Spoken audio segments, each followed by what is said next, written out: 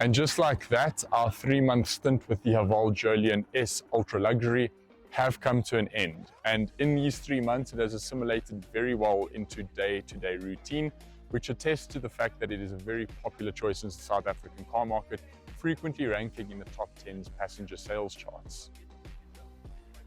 The most obvious aspect of this Jolion to the one that we had before that's changed is the styling. And while they remain largely unchanged underneath, the Jolion Pro that we have in front of us here is going to form the basis of the more tech-filled of the Jolion lineup, while the outgoing model that we have become familiar with has now adopted the city suffix and will cater to a more budget-oriented buyer. As before with the Haval Jolion lineup, buyers can opt for one of 3 different powertrain options, the first of which being the 1.5-litre turbocharged motor. In the Sport, the engine is of the same displacement, albeit with a slightly larger turbocharger, which increases power outputs to 130 kilowatts and 270 newton meters. And for buyers seeking a more fuel-efficient alternative, Haval has the HEV on offer, which sits atop the food chain and is priced from above 500,000 Rand. Speaking of fuel consumption, 3 months ago when the Haval Jolion Pro was dropped off with Car Magazine, it was a box fresh model, which means it had very little mileage on the clock.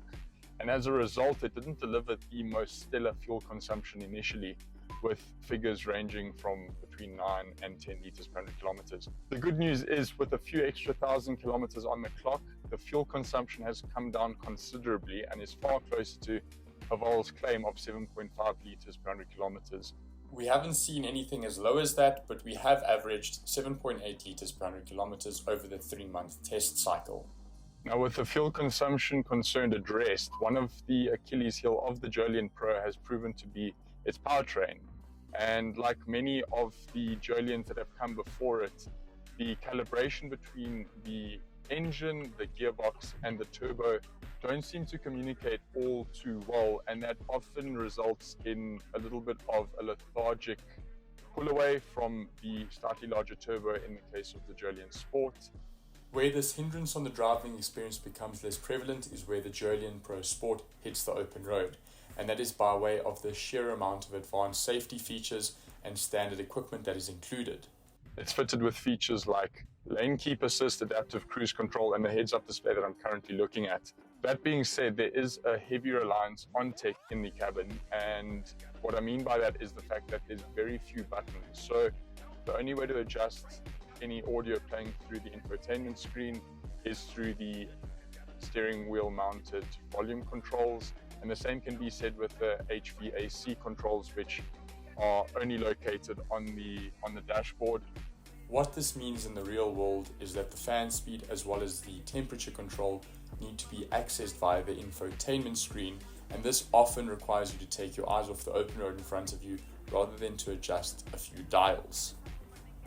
So after 3 months in our care, things on the interior and exterior have held out pretty well, which bodes fairly well for Chinese-made products, and it's again another reason why they have been on a steady increase of sales domination in South Africa.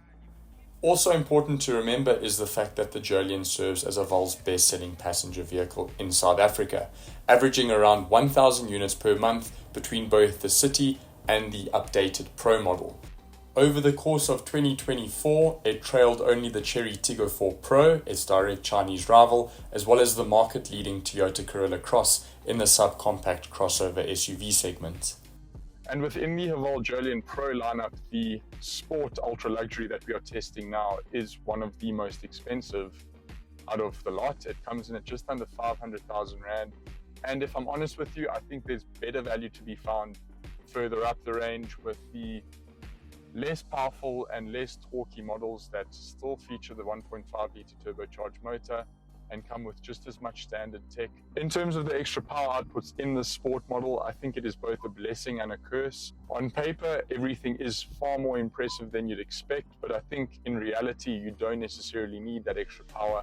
And as I mentioned, I think the better value for money is found further up the range with the standard models.